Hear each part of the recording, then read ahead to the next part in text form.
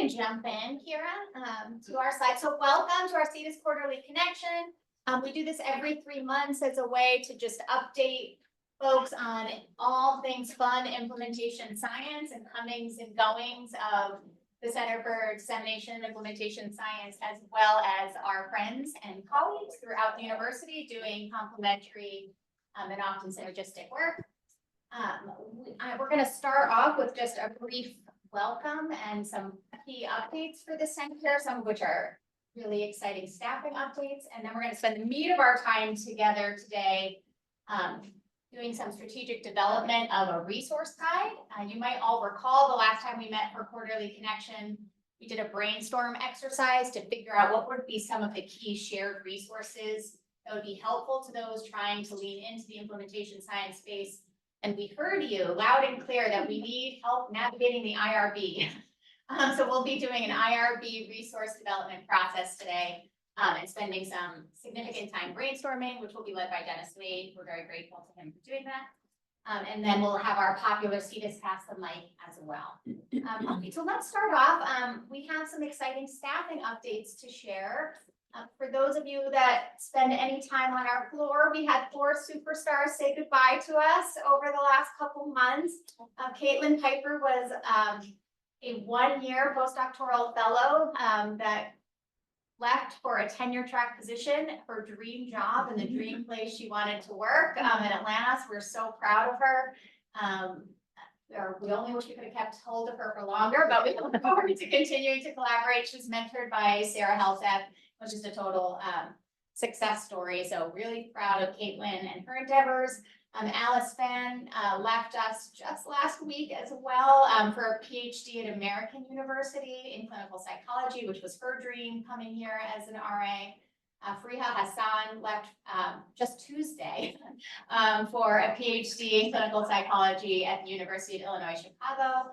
And Miranda Olson, I believe, also left on Tuesday for an MD PhD at the University of California, San Diego. So, like, congratulations to our academic superstars. I'm so proud of all of them. And so because we've had comings and goings, we have new faces on our next slide. So on the top, we have 2 new full-time staff. So maybe you could both wave and say hello really quick. We have Janice Evans. Do you want to say anything? Hi. Hi, I'm new to the team. I'm excited to be here. I will primarily be doing Parent Smart as a Parent Smart coach. Awesome. Glad to have you.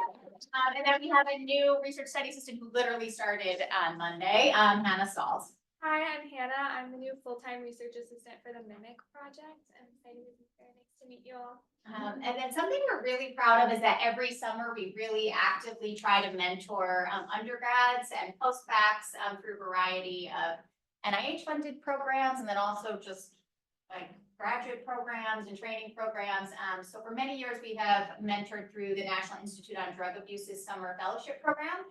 And this year we have 2 fellows here with us for the summer. We have Nora Duffy. Would you like to say hi? Oh, hi, I'm Nora. I'm a NIDA summer intern working on Parent Smart and then also. Awesome. And then we also have Tiffany Sada, who hasn't started officially yet. Is that right? But she'll be working with Dr. Kelly Scott on her program of research. And then Kelly has 2 additional summer interns. Do you want to say anything about them, Kelly? Sure. So Deepinder, is a graduate student who's joining the Master's in Clinical Psychology program. So he will be joining us in early June. And then Abby Higgins is here with us. She is an intern who is a public health student at Purdue University and will be spending the summer. And then we also have a summer intern through WashU, their MPH program, Samad Alvi, who's supervised by Kira Di Clemente. Samad, are you there? Yes, I'm here. Hi, everyone. I will be a summer intern working on Parent Smart this summer. Looking forward to meeting you all. Awesome. So yeah, if you're around ever on a Thursday morning and want to join us for our fika, which is our social snack and coffee tradition, come by. There'll be lots of new faces on the way. Okay, so you were all sent pre-reads, which summarize our strategic planning process. We have gone through this many times over the last 2 years, but just wanted to orient you, if we click again, that we are in the process of always looking at the feedback you've given us throughout the strategic planning process sharing it back with you and kind of iterating and repeating to make sure that we are addressing the things that you need. So we thought we'd just give you a little bit of a snapshot on what we've been up to.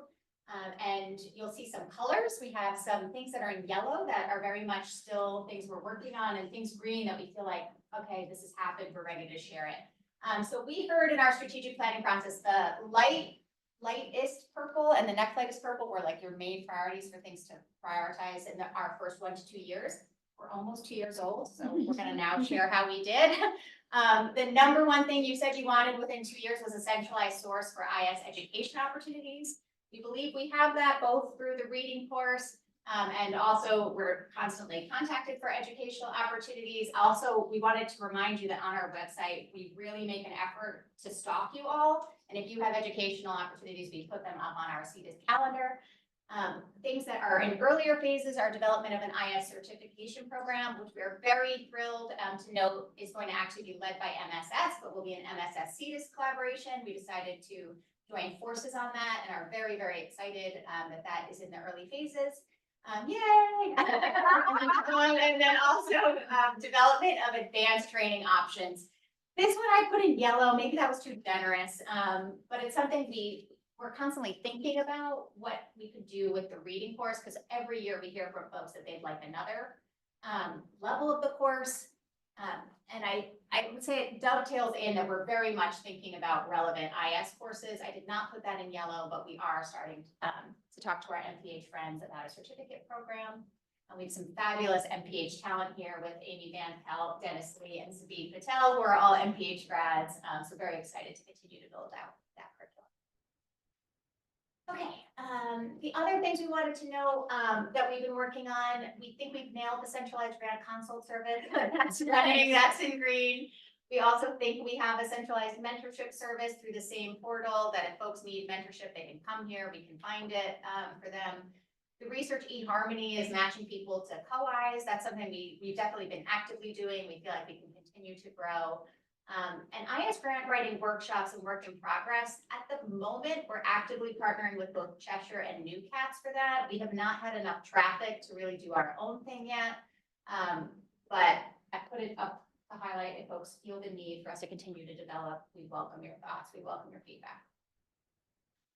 Okay, next slide. This is all yellow. So these are all things we're actively working on. We have templated info for grant submissions. So if folks come to us, they need facilities pages, they need like a hybrid type 1, type 3, we will send them language. But there's a lot we've been kind of earlier phases of doing.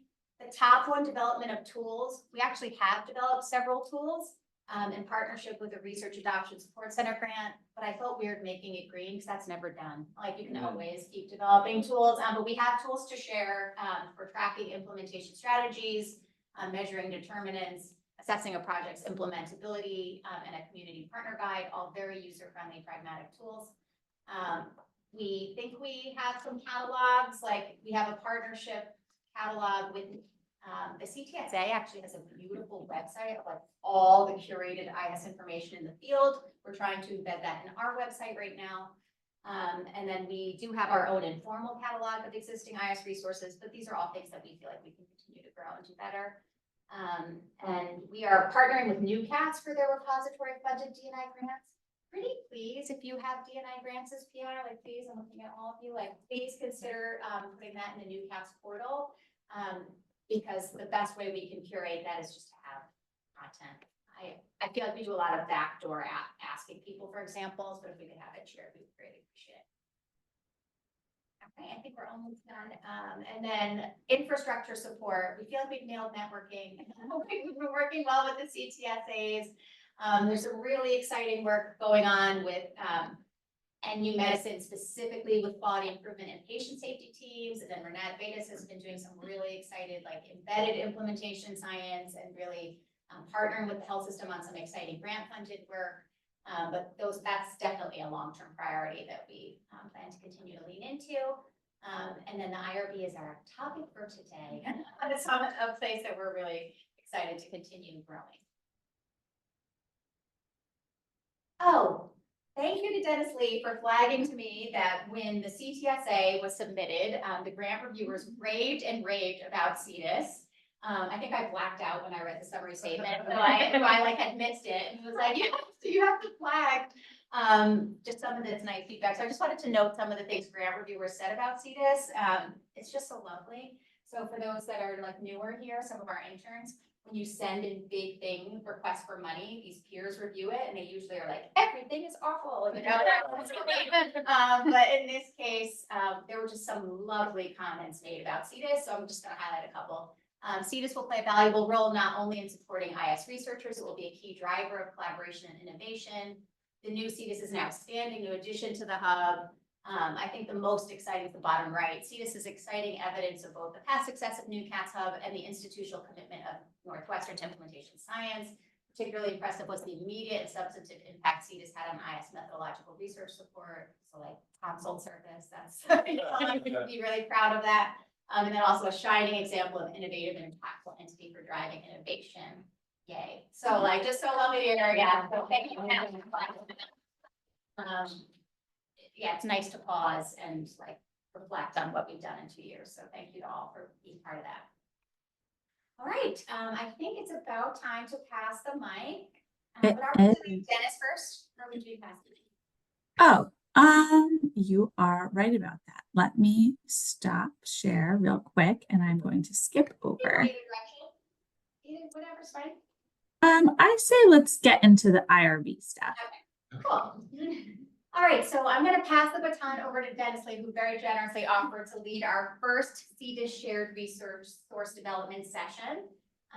We had initially budgeted 25 minutes and I stole 3 of them, so you Totally have fine. 22. Sounds good. I will start a timer.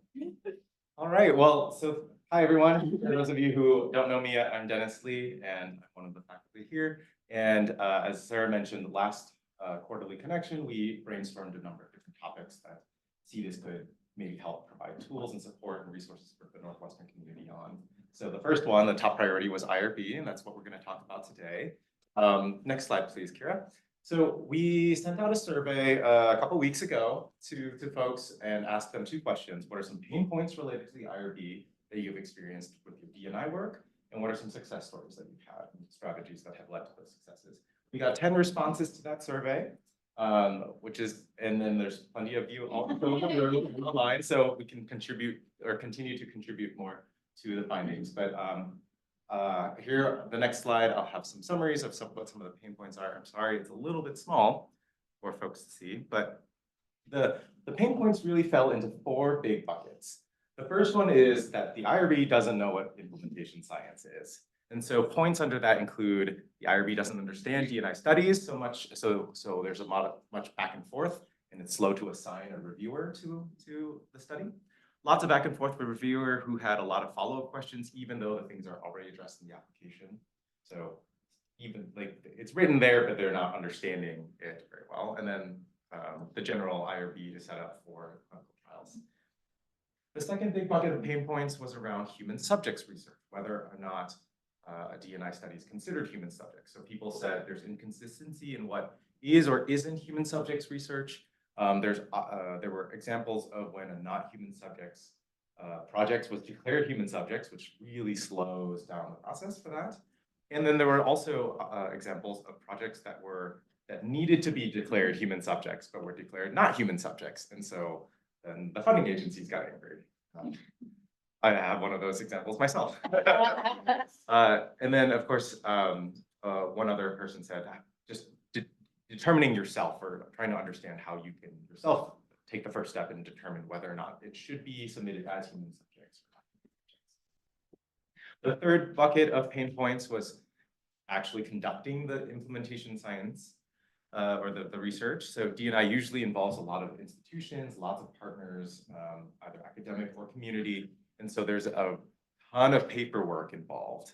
And for IRB, that could also amount to a lot of high cost for the single IRB charges. And there's one example of the IRB just deeming something too complex, too many partners, and so they didn't want to be the IRB of record, even though all the sites were here in Chicago. And then another point was that just because implementation science tends to have a lot of adaptations, there's a lot of continuous modifications to the IRB over time. And each time you have to wait until they approve something before you can start again. Finally, the last bucket of pain points was engagement in human subjects research, or designating partners as engaged in human subjects research. So they're inconsistent in how they define engaged in human subjects, which creates challenges if you're working with a lot of community partners, whether or not you need a reliance agreement, which is for folks who are less familiar, it's a big hassle to get for agencies that typically don't do research. Within the room, is there any other pain points that you can think of off the top of your head that have not been captured? And for those online. I know this gets really technical. I see Lisa's Lisa, hand on. go ahead. Hi, one of the things that we've run into is the determination of adverse events and the need for, especially for implementation science of evidence-based interventions that include something which is designed to change, whether it's a medication or an intervention. And but it's already been part of in global health, part of the national standards. And so we get pushback about, oh, you should still be checking for like renal toxicity in this medication, even though that's not part of the national guidelines, and trying to get people to understand and then to identify what is an adverse event or unintended consequence, positive or negative, or ripple effect for some of the strategies. So I think that's been two areas of pain point: AEs from strategies and not monitoring for AEs of evidence-based interventions. Thanks. Thanks for sharing. Renat also writes, the field could also provide more guidance that we could provide the IRB. I know, I was just telling Kelly, I was like, this should be a paper. Well, you're getting ahead of us. Yeah. Hold those thoughts. This is wonderful. All right, I'm gonna move us forward. Kira, to the next slide, please. So we're gonna have some interaction. Is there a way that you can show the barcode? Thank you. So you can use your phones to either scan the QR code or go to menti.com and use their code that's at the top. And this slide doesn't capture the pain points that you just mentioned, Lisa, but of the kind of big topical groups that I just presented, they're up here. And we want to know, of these, in your experience, what's the most important ones to prioritize if we were going to put out resources? Oh, sure. It is 740-55415.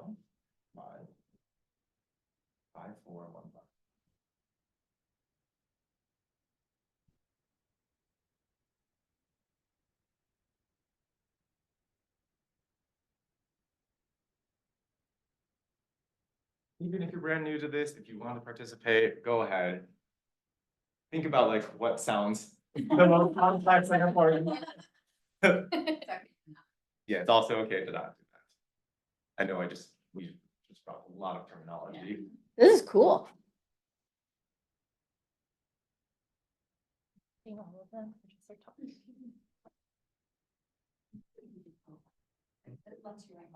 Yeah, so you select all 6 in order, you can move up the ranks and then submit your final ranking.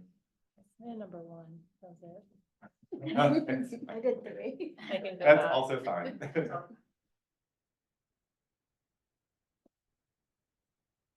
Looks like we have 11 people in.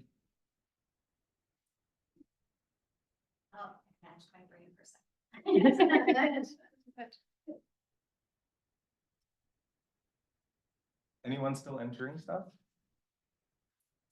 No worries.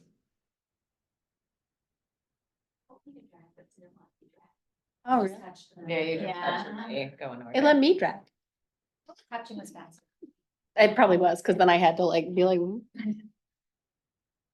So it looks like we're coalescing to a top priority pain point, which is the IRB just broadly not understanding what implementation science is, followed by the adaptations and modifications needed as the second, or tied for second. That's a great point, Renat, that this is foundational to everything else. Modifications just eked out misdesignating partners as engaged in research. Yes. Yes, that's a good point. yeah. So all of this is really helpful for the CETUS team in thinking through what types of resources and strategies we want to work towards first. Ultimately, we want to address all of these pain points for our Northwestern community, but we can't do everything everywhere all at once. Next slide, please. So if you remember, the second question in the survey also asked about success stories, and we want to promote the positive as well. And this kind of fell into three buckets. The first was about successes in preparing applications. So some people said that going to office hours for IRB and talking to someone about the non-human, about their study, particularly like the non-human subjects designation, was really helpful for them. Discussing the study and approach with an IRB contact in advance before you even submit the IRB application. Those two seem very related. And then using the IRB website and checklist, there are a lot of good resources buried very deep on the IRB website, so it's a little hard to navigate to and find, but there's some good stuff there. And in general, when you call them, they tend to be very nice, in my experience. The second big bucket of successes was in the applications themselves. So someone said including a brief explanation of IS, addresses their lack of knowledge about IS, how it differs from traditional clinical research, the relationship between strategies and EBIs, providing basic background information seems to help move things forward with fewer requests for clarification. So I thought that's a really nice strategy that someone highlighted. Bolding, highlighting, underlining things that are key to reviewer understanding and making relevant determinations, really drawing their attention to the things they need to be thinking about. And then creating a memo explaining the definitions of engaged in research, not engaged in research, for implementation sites and hybrid trials that was accepted by the IRB and the sites. So again, defining a lot of concepts for the reviewers who may not be so. And then the final bucket was really a wish list of things that people thought would be super helpful for them. So having more standard guidance on things like the use of EMR records, focus groups, interviews with patients, and focus groups, interviews with staff and providers. I'm guessing that it meant standard guidance from the IRB among those. Having a D&I point person at the IRB would be a huge win, or at least someone on the IRB that's trained in this area. Guidance on how to determine for yourself, again, this is from before, like how to determine for yourself whether something should be non-human subjects or submitted as human subjects. And then definitions of when implementation sites are engaged in research or they're partially engaged in some aspects, but not others. So we see a lot of common themes across the wish lists as well. Any other positive strategies, things that have worked for you all in your experience that have not been captured either here in the room or online? I would just say that recently I had a conversation with the IRB where it is pretty clear at Northwestern that you can, as an investigator, self-determine if something's not human subjects research. Like we do have that authority at Northwestern. Not every institution grants that to their investigators, but they do at Northwestern. So like, unless you really have a need for some formal determination that it's not human subjects research because you're maybe, sometimes it might be required for a data use agreement, although I'm looking into that to see whether that actually is the case or not. But if you don't need a formal determination, you can go through the checklist yourself. And you might want a colleague to look at it to give you some advice or something, but like save yourself a ton of time and don't have the IRB get involved if you don't need to. I think our chat's blowing up. Yeah. We could just read some of Yeah, that. absolutely. So Renan has a question about to you, Brian, whether that or not that affects office hours. Sorry, publication. Yeah. Yeah, there is suggested language to use for publications when something was determined not human subjects research. So I haven't had an experience where a journal has ever wanted an official determination that it wasn't not human subjects. But there is suggested language for when a paper that says like this was determined not to be human subjects research. Now, if you're allowed to self-determine it, then you can determine it. Some other institutions actually have a portal you can go in and answer the questions and it'll immediately issue you a non-human subjects certificate. We don't have that opportunity at Northwestern right now. But I do think if we're hearing a lot of issues that people needed that determination, like that's something we could put forward to the IRB. Yeah. Well, so when you say self-determined, do you mean like not even submitting something at Correct. all? So that is allowable here at Northwestern, but you can also submit a determination form where you formally say, I determine this is not human subjects. And then the IRB will say, we agree, and then they'll have something formal. correct, but I think you should avoid that unless you need something. Yeah.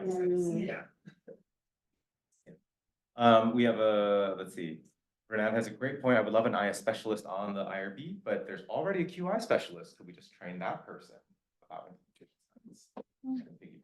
Is there? I think it's a already question. there? Oh, is there? Oh, sorry. Is Cindy on the line? Do you know? I thought I saw her name. Is she here? Yes, I'm here. Sorry, Okay. Do trouble you happen getting to off know if mute. there's a QI specialist on the Northwestern IRB? There is, well, there are several IRB panels, as you know. We do have at least one quality improvement person from my team who does sit on IRB. I will say, I think that's because of her preference, not because they particularly have a slot they always want filled. So that's an opportunity for good conversation. As far as the individual, she's very experienced and loves the work. I don't think she's ever had a formal introduction to implementation science other than the one you all recently beautifully did for the quality division. So that's a real opportunity. That's fine, but I have found that it's the coordinators up front, and not necessarily the true IRB, like faculty designees that make the quality of my experience. Because I've had coordinators that just really don't seem I don't know, and I think what is tough for me is that some of the success stories we had on one project, but not on another. Yeah. Like, so we had a very clear memo of like, this is not engaged, we used their own checklist, we had the community partners sign it, it worked for one project, the next project we submitted, it didn't matter. They sent it to the IAA office anyway, and they said, well, we disagree, we think they're engaged, and we're like, the partner is saying they're not engaged, and we're using your sheet, they're not doing research at all. But, and then Kelly finally went to office hours, right? Yeah, I went to an office hours and then they said, you're right. Yeah. And then I had to get a data use agreement, but that took like an extra 2 months. Wow. So other things that are showing up in the chat are around +1s to office hours, +1s to office hours. A lot of heterogeneity in the IRB. So I think you're right, like maybe it's not necessarily the panel lists, but the coordinators, the front line.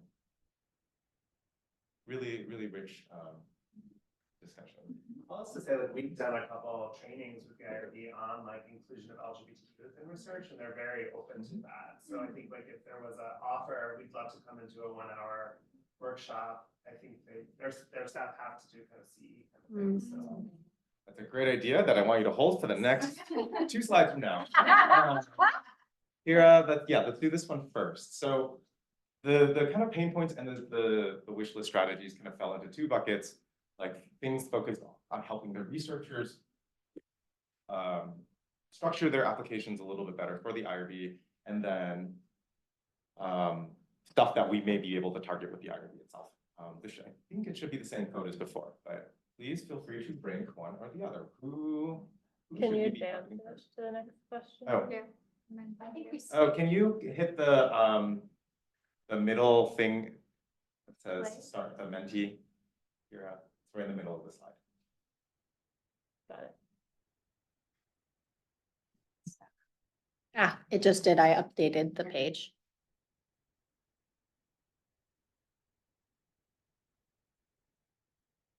Not a close read at all.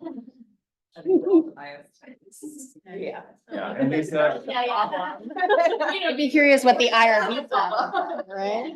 Lisa makes a good point that it's really 3 levels. There's IRB staff and IRB panels. And Yeah. that came out of this Yeah. discussion, so thanks for that, Lisa.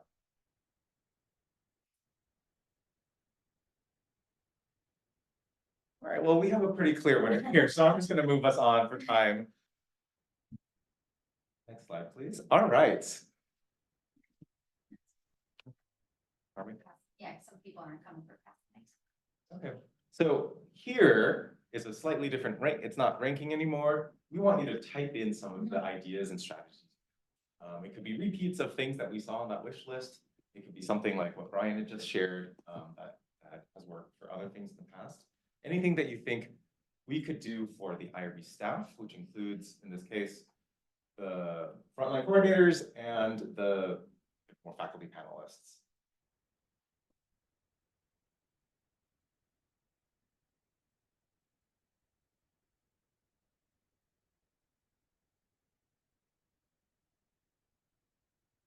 And Kara, I think you could probably hide the QR code as well. Thank you.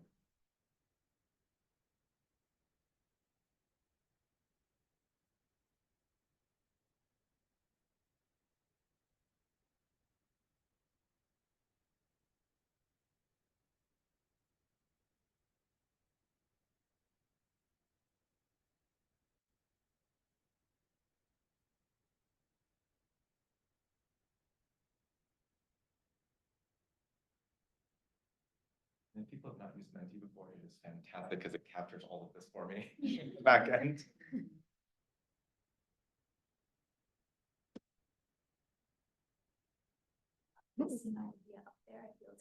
Yeah.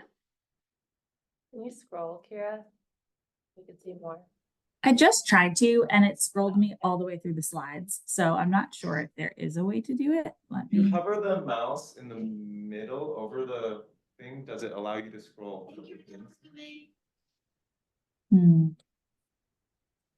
Don't know. I'm sorry for my.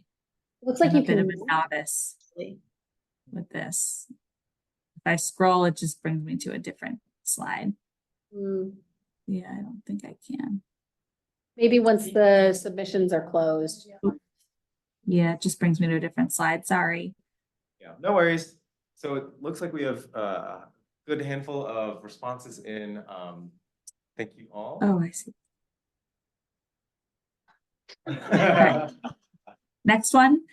Yes, please. So we know this will be slightly less prioritized than the strategies for the staff, but for you as researchers, what else would be helpful for you when interacting? What types of guidance, what types of templated language, forms, or a few seed ideas?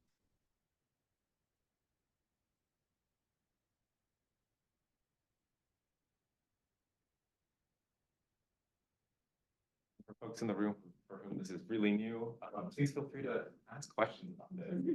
Happy to talk about it afterwards. Kira, we can remove the QR code. Thank you so much.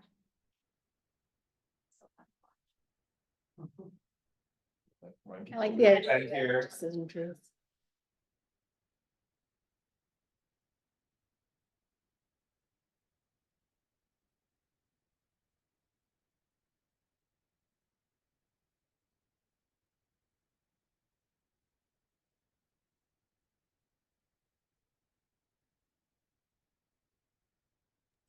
What I can do is expand them. So when they get cut off, I'll just click on them so people can read them.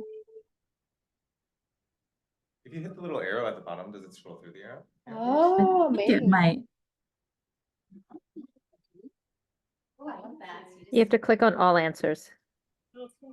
Yeah, that brings me back where we can. I'm gonna, I definitely say good things. Oopsie. What about the thing on the bottom left? Does that tile them better, or it's just that's the way it tiles? I think This that's- is the QR code. Oh, this QR code, sorry. I know I need to take a short course in this Mentimeter. It's a cool tool. It's been really cool. what we It learned. really is. I will be honest, I was very intimidated by it, but so far it's going okay for me. You're doing great, Yeah, Kira. you're doing awesome. For those joining remotely, if you love Kira's background, her virtual background, you too can have that. We will send it before the next quarterly connection and you too can have the cute. You betcha. All right, I think I see the comments trickling or the trickle slowing down. So Yeah. I think what we'll do next is then the CEDIS team, so figure out who the working group is. We'll take these ideas and start trying to put them into action and start developing resources and strategies and tools for the IRB folks as well as you all on the research side. Thank you all. That was an awesome conversation. Mhm. For your ideas. Any closing thoughts in the room? We're gonna move to see this past the mic. Anyone else just have any thoughts that went unsaid during that brainstorm?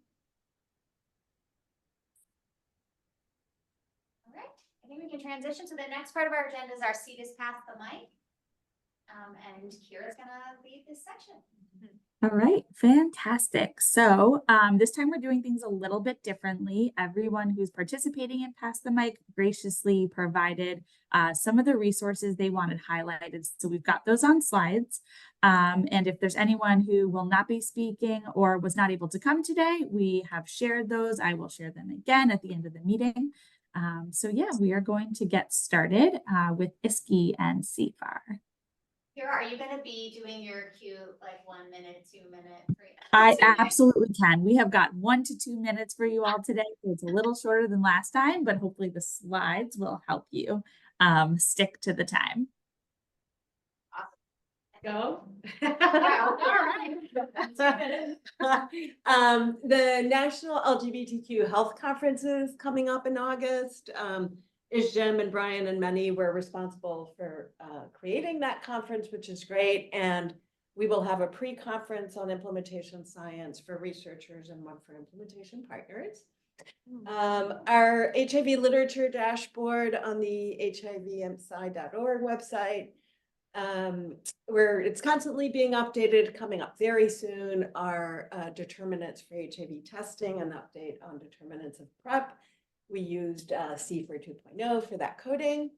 Our adjunctive interventions webpage is up, and a webpage on best practice implementation strategies will be coming up in the next month and a half or so.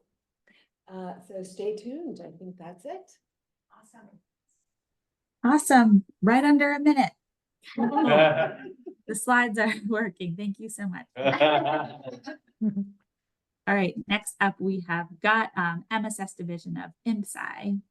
This one will just be super quick. I just wanted to pass along this funding opportunity. I shared it with some folks. I think, there's definitely more and more funding opportunities coming out for coordination of implementation science, particularly in HIV, substance use, mental health, cancer, cardiovascular disease, on and on and on. I think we've got great strengths in this area. This is one that just came out. It's actually a supplement. So if you have an active grant, you can get up to $1.5 million a year for 5 years as a supplement to your grant to do coordination of this national program focused on opioid overdose, HIV risk in the context of people connected to the justice system. So I think there's a lot where I pass it around. I feel like everyone's a little bit maxed out. So I haven't heard anyone saying, yeah, I want to charge in, but just wanted to more publicly share it as well. If anyone's interested in applying, I'm happy to share the names of people who said they'd like to be involved. But yeah. And you have a really cool social event like June 27th, right? Or a networking event about non-NIH grants? Yes, yeah, there'll be an also about that, yeah. Okay. So stay tuned if you're in the MSS division of IMSCI. There's going to be a networking event about applying for non-NIH funds in late June. Secondary affiliations are welcome. What are examples of non-NIH grants? Like CDC. Okay. Or is that- okay. Foundation.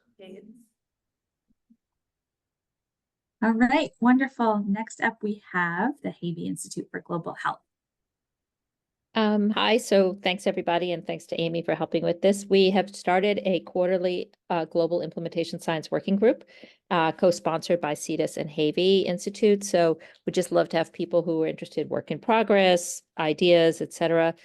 We are having a new job posting that's about to come out, the Director for Center for Global Cardiovascular Health, and would love to have it be somebody who's implementation science done. And then we have these global health research catalyzer funding. The next one is due October 1st. Pretty light lift, $25,000, really meant to develop or pilot data or new partnerships. And so please be in touch with me. If it's primary healthcare oriented, it's actually a rolling one. And then finally, become a member, because you need to do that if you want to actually submit a catalyzer, but there's also other opportunities. Thanks. Amy, anything else in the 5 seconds left that we have? Or 10? Nope, I think that's great. I want to publicly thank Amy and Lisa that we've just been building out the consult partnership for providing global health specific IS consults. And 2 fellows at Havey working with Lisa are going to be shadowing Amy to build their methodological IS job. So thank you for doing that. It was really awesome. All right, wonderful. Thank you all. Next up, we have Shirley Ryan. Hi, just wanted to share that in late August, we will be hosting the Science of Ability Symposium, which is a P2C funded that includes Hendrix Brown as one of our kind of core leaders. And we will be doing a implementation science related symposium on collecting meaningful feedback from clinical and research advisors. that Nami Kandula, Sarah Becker, and Melissa Riotti, who's one of our team members, will be presenting in. And my other announcement, just to quickly say, is I wanted to welcome Jessica Edelstein to this meeting. She's a research assistant professor in Northwestern's PM&R department, and her focus is on implementation science. And she's relatively new to my team, participated in the reading course, but I think this is her first CDIS participation. Here, do you want to say hi? Oh, she was here earlier. Are you still here? Jen? She left early. What a great introduction. Whoops. She's very committed to her work. No worries. Thank you so much, Miriam. All right, next up we have CHIPS. Teresa was unable to join us, but did provide some information. So there's a facilitation activity and intervention tracking system that they're working on making available. And then she also just wanted to do, a general plug saying that they're always interested in assisting anyone in need of medical informatics or data support related to IMSCI. So to definitely reach out if that's something that you can make use of. Does anyone here, we're running ahead, so I'm just gonna like pause for a second. Has anyone here used Facets? Has your team used Facets? Those are the measures. It's like her facilitation tracking system. 'Cause we have a lot of projects with facilitation. And we always talk about having some sort of like facilitation fidelity or tracking system. And I was just curious if anyone's used it. I wish I had known about it. Yeah. I know. Maybe they would do an orientation for us if we think it might be useful. Yeah. That's a great idea. And just to kind of note, if anyone's interested in like what goes on in facilitation, we have 130 hours of facilitation from one of our cluster randomized trials that we paid to have transcribed. And so we're gonna do something with it. So being interested in like mechanisms of implementation strategies. So, but it's obviously a massive undertaking with so many. So if that's an area of interest for you, please let us know. You need an AI. Yeah. Yeah, right? It's good enough. Really? Fabulous. All right, great. Then we have PSMG. They said they did not need the airtime, but we have sent out their virtual grand round schedule. So let me And jump in then- there because I'm, this is also like PSMG is now funded by CDS.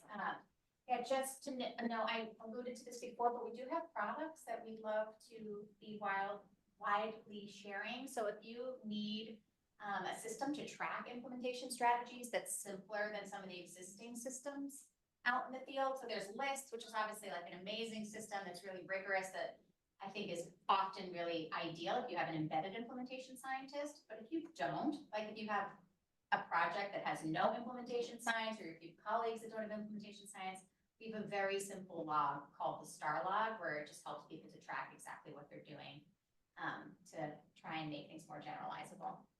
Where do we find that? It is on our CDS website, which we can put in the chat.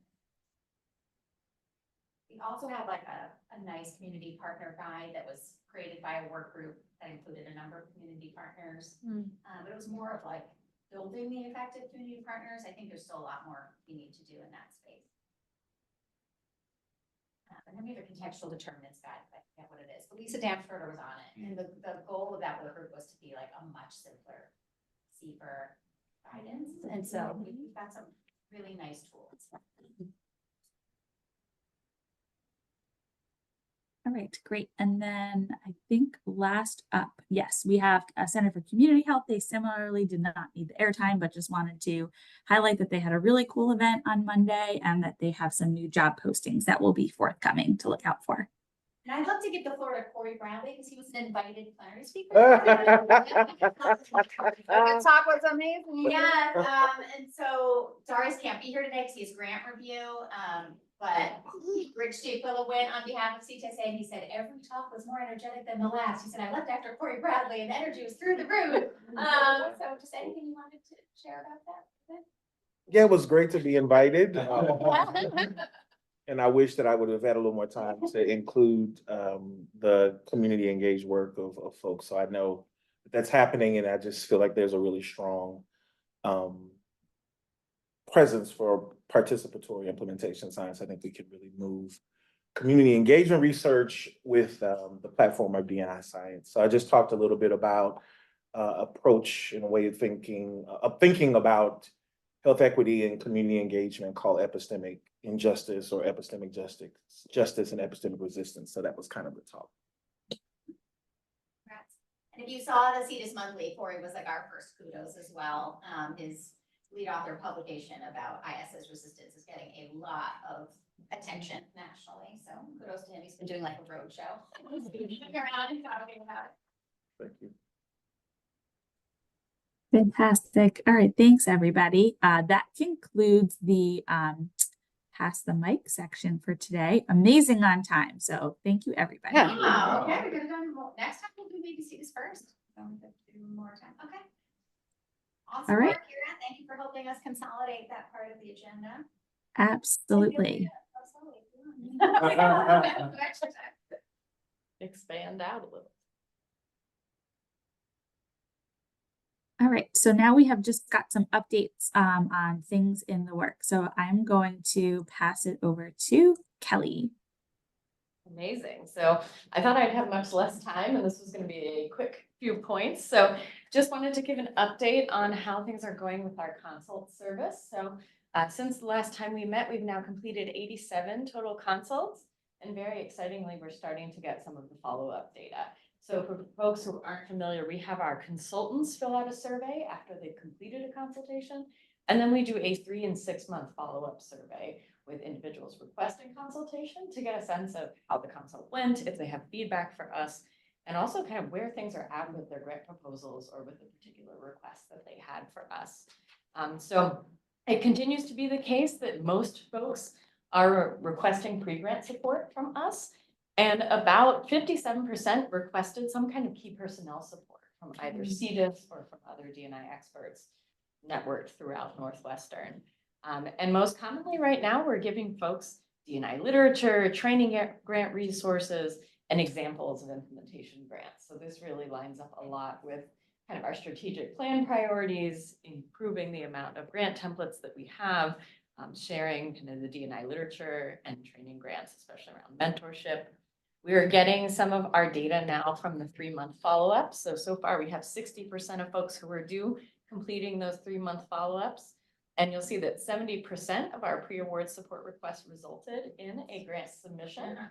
So folks are getting their grants out the door, which is wonderful. About 66% of those, so more than half, included some form of CEDIS key personnel, either as formal co-Is, consultants, mentors.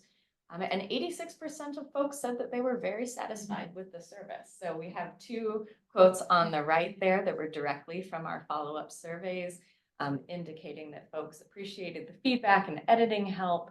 And a lot of folks said that they wouldn't have been able to get their grants out the door without the support of the DNI consult service. So I am immensely grateful to all the folks who've been jumping on board the consult service and for our partnerships with HAVI and with Amy Helping Out with Health. We've really been able to help support a lot of grant submissions. As a reminder, we started last February, so it's really only been a year and a half since we've dug into this effort, and we have a lot of exciting new plans to start shadowing additional team members and train up more folks to do consults over time to continue growing. So super exciting, and I'll have some more 3- and 6-month data to show you at our next quarterly. I know, I'm like, wow. And happy to answer any questions with anybody. Yeah, it can't be overstated how much the consult service is really like the lifeblood of CEDIS, and I think our impact on like FSM broadly. One of the first meetings we had when we started here in August of 2022 was with Leah Welty, who leads the Biostats Core. And she was basically saying, she said, our Biostats Core is the lifeblood of our Biostats like coordinating center and our faculty. And she said, through our consult service, we've been able to hire 18 team scientists. And so that was kind of our guiding North Star of like, okay, let's try and emulate what they're doing so successfully, which is helping people to get grants in a way that generates more co-I opportunities in a way that helps us to keep growing and building our faculty. So just so grateful for these awesome results. This is our first meeting ever looking at the data. It's awesome. So congratulations. Lisa says, make it an abstract for DNI. I know, yeah. I was looking for some options for. That's a great idea. Yeah. That's a nice, yeah, do some outcomes. Watch out, you'll end up getting selected for a talk. That's a really good idea. Thank you, Lisa. They have that future DNI track. Mhm. Yeah. Ooh, yeah. And I think this is me and anyone else who wants to jump in, but just to note that our reading course concluded this year. We tried for the first time having an in-person networking event. I think that was an idea by our fellows, actually. I think Meredith, like when we had our planning committee was saying like, maybe we could bring people together in person at our last event instead of doing a virtual thing. We weren't sure how it would go. It was extremely well attended and awesome, and I definitely think it will become an annual tradition. So thanks to all who attended that. Thanks to all of the small group leaders, our guest speakers. I have to publicly enormously thank Emma. The course was with not out there, and Jordan, who's just like such a natural. So kudos to them for their incredibly successful. My favorite picture of Cetus is the two of them like flourishing. And then anything, just to know if you did do the survey this year and you didn't do our survey, we would really appreciate it, even if you did. I know a number of our staff took it this year and that our fellows very generously led a staff discussion group. We love your feedback. So please go ahead and take that survey. It really does help. And then we have 7 minutes. So if anyone just wants to vent about bad things, share fabulous things, we love to end the meeting on a high note of celebration. So we welcome your kudos. Well, I'll share. I'm just very grateful for Sarah and Dennis and other folks who have sent documents and said, you might want to look at it this way. We have a favorable response submitted for a diversity supplement with NIMH. So I feel like a brand new kid, really. I was like, what do you do with all of this stuff? But it was really grounding for me. And so just expressing gratitude for that. NIMH is weird. They make you go through multiple rounds of review before they say to submit it. And so they gave them a very enthusiastic, like, go forth and submit now after they reviewed it like 3 times. So Yes, it made it easier to go through those changes when I knew there was going to be some brownie at the end. I know that doesn't always happen, but yeah. I'm just going to do this as a sort of a little bit of an FYI, and if anybody's interested, please get in touch with us. We're going for a resubmission of a D43. These are global capacity building grants for research with the University of Botswana, looking at non-communicable diseases and implementation science. There's a huge amount of interest. We have a UG3, UH3 with them already, as well as a PrEP R01 that we should get the NOA hopefully soon. So people might be interested in terms of doing some mentoring for junior faculty there who are just learning about implementation science, particularly focusing on non-communicable diseases. So, heart disease, diabetes, mental health, frailty, et cetera. Please do reach out to me. It's due July 15th. University of Botswana is the lead, which is quite unique that we have the university from the low and middle income country that's lead on the first go round, but a fantastic leader there. So thanks anybody for any interest in advance, and Amy and Renat are already on it.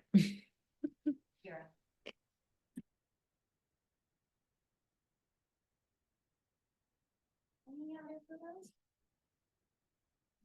Big kudos to Hannah Schiller and Emily DiBartolo, who in rapid succession got their first and second peer authored publication. Peer reviewed publication, their first and second. We went for a special issue on adolescent advances in adolescent substance use treatment, and we had 2 papers accepted within like a week of each other. So both of them got their first publication. Very So, nice. yeah.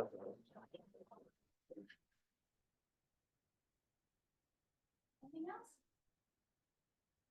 I guess I can share one. We did an innovation tournament that I feel like a lot of people know about because they keep talking about it. Yeah, they're literally still up there. I feel like CT is gonna leave them up there for like a year. But we didn't really know how it was gonna go because we flipped it on its head, and instead of submitting it to practitioners, providers, we put it out in the community, and we're like, are we gonna get 1 response? Are we gonna get 500 responses? We weren't really sure. But it closed last week, and we ended up having 54 submissions with 73 discrete ideas, which is really good. So we're excited to dive in. I know Brian, Liz, Bird, Renat, they were all on the team. So we're excited to see like what did people actually say, and now like the next step. Nanette is helping and like prioritizing ideas, and overall it was just like really cool to like see what they came in. Yeah. That's awesome. That's I guess I'll add one really quickly. So Nanette and I, over the last year and a half, have been running this learning collaborative with Population Center Health Homes here in Chicago. There are 11 that participated. These are the publicly funded HIV service agencies, care agencies. And we've been trying to adapt this model of low barrier walk-in care for their settings. So the learning collaborative, after a very long year and a half, has finally concluded. We have 2 almost finalized models. The one evidence-based model actually split into 2 versions that we are putting forth to CDPH, Chicago Department of Public Health, for consideration in putting into their next request for proposal. So they will fund the next round of agencies to provide low barrier care, and we will continue studying that. But we're very excited to have that concluded. It was a very fun but taxing experience. And many lessons. Many lessons learned. I have one update. So we concluded a short implementation science training for practitioners. And we're on our second training. They have slightly different models. The second one is in person, and then a lot of work for them to do at home, applying implementation science tools. I think it's going really well. People are really interested, so we'll have more to report in September. All right, well, thank you all so much. Really appreciate everyone making the time and being engaged in the meeting. Yes, and if you, if you're not getting our newsletter, let us know and sign up for it. If you're not getting our newsletter, it means you're not like a member of CDIS, which means you miss many of the updates that we send, so please. So we have a much bigger problem. Yeah, we have a bigger problem. Possible.